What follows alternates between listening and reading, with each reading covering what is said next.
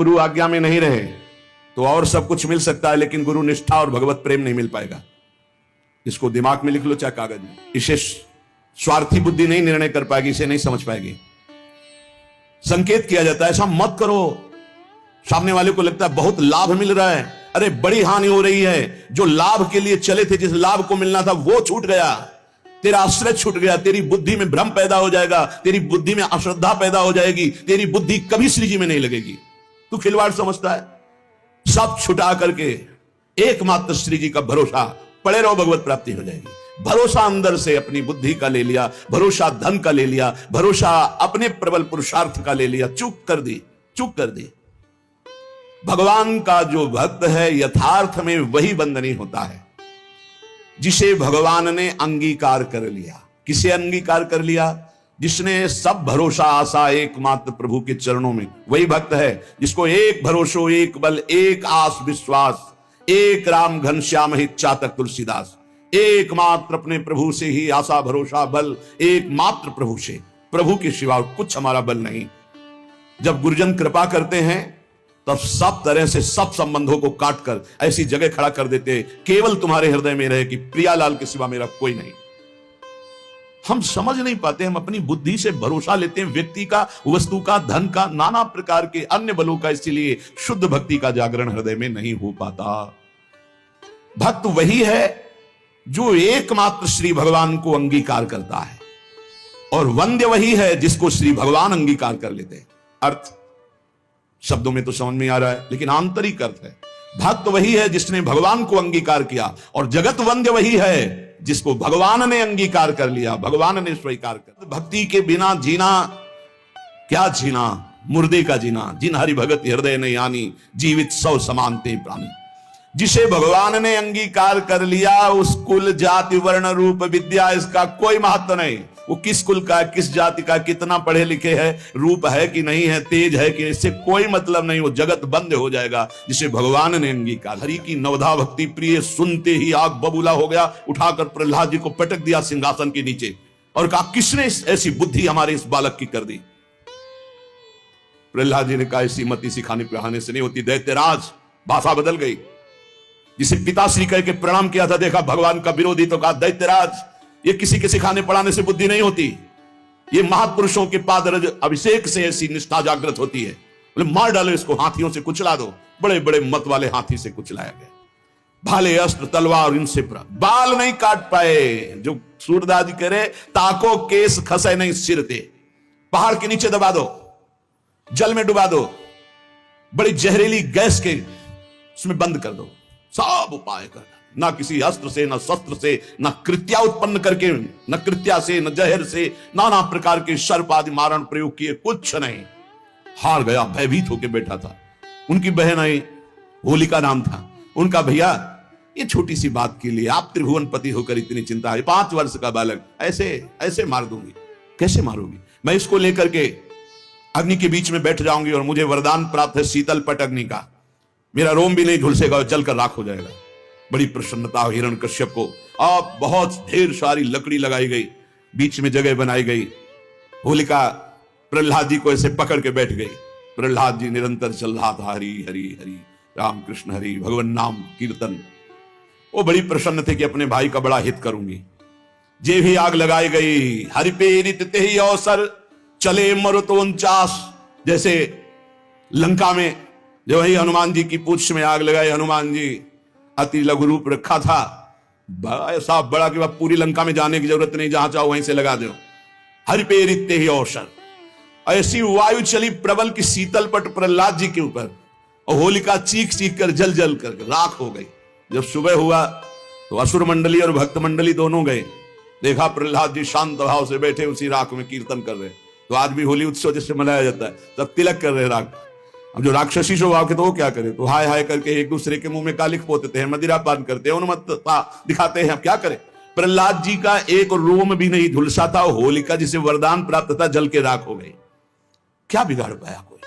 आखिरकार ऐसा रूप जो शास्त्रों में कभी नहीं पढ़ा गया, जो किसी के ध्यान का विषय भी नहीं था, भगवान ने नरसिंह रूप धारण किया और परम वरदानी हिरण्यकश्यप को फाड़ के फेंक। ऐसा भगवान का करुणा में महामाधुर्य स्वरूप अपने भक्त के लिए कैसा क्रोधावेश धारण किया, पूरा थर्रा रहा था। देवलोक भी किसी की हिम्मत नहीं थी कि सामने जाकर भगवान की स्तुति कर ले, अब दूर से स्तुति कर। जब प्रहलाद जी से कहा, दौड़ गए प्रहलाद जी, भगवान ने गोद में उठा लिया, नरसिंह रूप में, इसलिए जिह्वा से चाट रहे, दुलार कर रहे।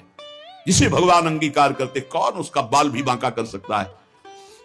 5 वर्ष के श्री ध्रुव जी महाराज सुनीति के पुत्र हैं। महाराज की प्रिय रानी सुरुचि पास में खड़ी हुई। उत्तानपाद महाराज ध्रुव जी की तरफ देखा, ध्रुव जी गोद में चढ़ना चाहते, वो झिटक दिया। इस सिंहासन पर बैठने का अगर तुझे अधिकारी बनना है तो तू मेरी सौत के गर्भ से प्रकट है, जा नारायण की तपस्या करो, मेरे गर्भ से प्रकट हो, तभी सिंहासन में बैठने का अधिकारी। मुझे लगता है तुम्हारे दिल को किसी ने दुखाया। हाँ, माता सुनीति करुणामयी कृपामयी है, उन्होंने आदेश दिया है, क्योंकि सुरुचि का ऐसा आदेश है। महाराज मुझे झिटकते हुए मां के वचनों से बचाया नहीं, गोद में नहीं बैठाला। तुम गोद में बैठालने की बात करते हो, मैं अभी चल करके राज तिलक करवाता हूं, आदेश करता हूं उत्तानपाद को, अभी वो तिलक कर देंगे। अब तो और निष्ठा बढ़ गई, जब भगवान के लिए चला तो राज तिलक की बात है, अब तो कदम पीछे नहीं होंगे। दूसरा होता तो शिथिल हो जाता। ध्रुव जी अपनी मस्ती में, मैं निश्चयी हूं, एक बार जो निश्चय करता हूं उसे अटल रखता हूं। गुरुदेव चाहे प्राण निकल जाए, अब बिना भगवत आराधना के वापस नहीं हो सकता। नहीं नहीं, वहां बहुत मच्छर हैं, बहुत ऐसे हिंसक पशु हैं, राक्षस हैं, खा जाएं। गुरुदेव मृत्यु स्वीकार करता हूं, लेकिन कदम पीछे नहीं। चेला पक्का, गुरु मंत्र दिया, पीठ ठोक दी। 6 महीना में भगवत साक्षात्कार करके अजहू लगी उत्तान पाद सुत अविचल राज करे, जाको मनमोहन अंग करे, राखी लाज द्रुपद तनया की, कुरुपति चीर हरे, दुर्योधन को मान भंग करी बसन प्रवाह भरे। पूरी सभा रंग बिरंगे वस्त्रों से भर गई थी, यहां से वस्त्र नहीं हट पाया द्रुपद। चीर अवतार भगवान का हो गया, भगवान का चीर अवतार हो गया। अर्जुन, ये मेरी प्रतिज्ञा, मेरा प्रण है कि भक्त मेरे हैं और मैं भक्त का हूं। अहम भक्त पराधीन हूं, असुतंत्र युधिष्ठिर, मैं भक्तों के अधीन हूं। क्योंकि भक्त अपने आप को मेरे को समर्पित कर देते, तो मैं अपने आप को भक्त को समर्पित कर देता। साधु हृदय मेरा, मैं साधु का हृदय हूं।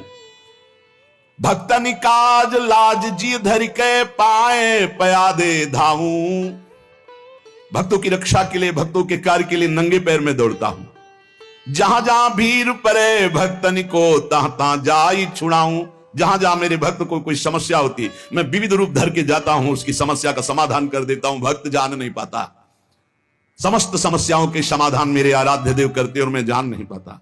कहीं कहीं तो अपनी बुद्धि का गर्व हो जाता है कि मैं देखो समस्या का निदान ढूंढ लिया। अरे तेरी बुद्धि में गोविंद बैठकर समस्या का समाधान किए। जो भक्तन सो बैर करत है, सो बैरी निज मेरो। कैसा प्रेम है भगवान का। भक्त का प्रेमी मेरा प्रेमी, भक्त का बैरी मेरा बैरी। बाली यही पूछ रहा है, मैं बैरी सुग्रीव प्यारा, कारण कवन नाथ मुझ मारा। हे दीनानाथ, आप समदर्शी हैं, केवल मेरे प्रश्न का उत्तर दे दिया आपने, मार तो दिया ही मुझे, मेरे प्राण निकलने वाले हैं। कि मैं आपका दुश्मन क्यों और सुग्रीव आपका प्यारा क्यों। बचपन से दोनों एक ही आचरण वाले, एक ही साथ रहने वाले। हम जानते हैं कि वो कभी आपका भजन नहीं किया, कभी आपको प्यार नहीं किया, पर मैंने कौन सा आपसे वैर किया जो आपने मुझे मार दिया और इसको प्यार दे रहे हो। भगवान ने, तुम जानते हो मेरा शरणागत है। हनुमान जी के द्वारा अग्नि को साक्षी करके शरणागति हुई है, मित्रता हुई। मेरे शरणागत का बैरी मेरा बैरी और मेरे शरणागत का प्रेमी मेरा द्रोही का नाश प्रारंभ कर देते हैं। कभी ऐसा नहीं हो सकता कि जो भगवान के भक्त से बैर करे सुरक्षित रह सके। नहीं, राम रोज पावक सो जरई, जो अपराध भक्त को करे। प्रभु का एक बड़ा गंभीर स्वभाव महापुरुषों ने पकड़ा। प्रभु को देखो एक शुभाई, अति गंभीर उदार उदद हरि जान शिरोमणि राई। प्रभु को देखो एक शुभाई, तिनका सो अपने जन को गुण मानत मेरु समान। सकुच गणत अपराध समुद्र ही बूंद तुल्य भगवान। भगवान का एक स्वभाव देखा गया सूरदास जी महाराज के। बड़े उदार, गंभीर और सर्वज्ञ, सब कुछ जानने वाले हैं। अगर भक्त तिनका जैसा छोटा कोई भगवान की सेवा, कोई भगवान को आराधना वंदना कर दे, तो भगवान उसे सुमेरु पर्वत के समान मानते हैं। मेरा बड़ा भगत मेरी बड़ी सेवा करता है।